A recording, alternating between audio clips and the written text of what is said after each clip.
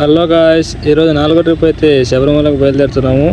ఈరోజు వచ్చేసి బస్సులు 3 బస్సులు అనమాట, 3 స్లీపర్లే. బస్సులకు వచ్చేసి అయ్యప్ప స్వాములు పూజ అయితే చేస్తున్నారు. ఈ ట్రిప్ టోటల్ ప్రోగ్రామ్ వచ్చేసి ఇక్కడ నుంచి డైరెక్ట్ ఎరిమేలకి వెళ్దాం. ఎరిమేల నుంచి శబరిమల దర్శనం కంప్లీట్ అయిన తర్వాత Trivandrum, Kanyakumari, Madurai, Srirangam, Tiruvannamalai, golden temple and golden temple నుంచి బ్యాక్ టు అనంతపురం అనమాట.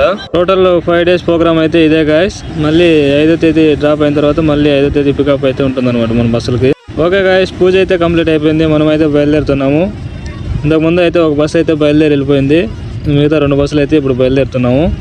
ఈ శబరిమల ట్రిప్పులు ఈ ట్రిప్ తర్వాత ఇంకా 2 ట్రిప్పులు అయితే ఉంటాయన్నమాట.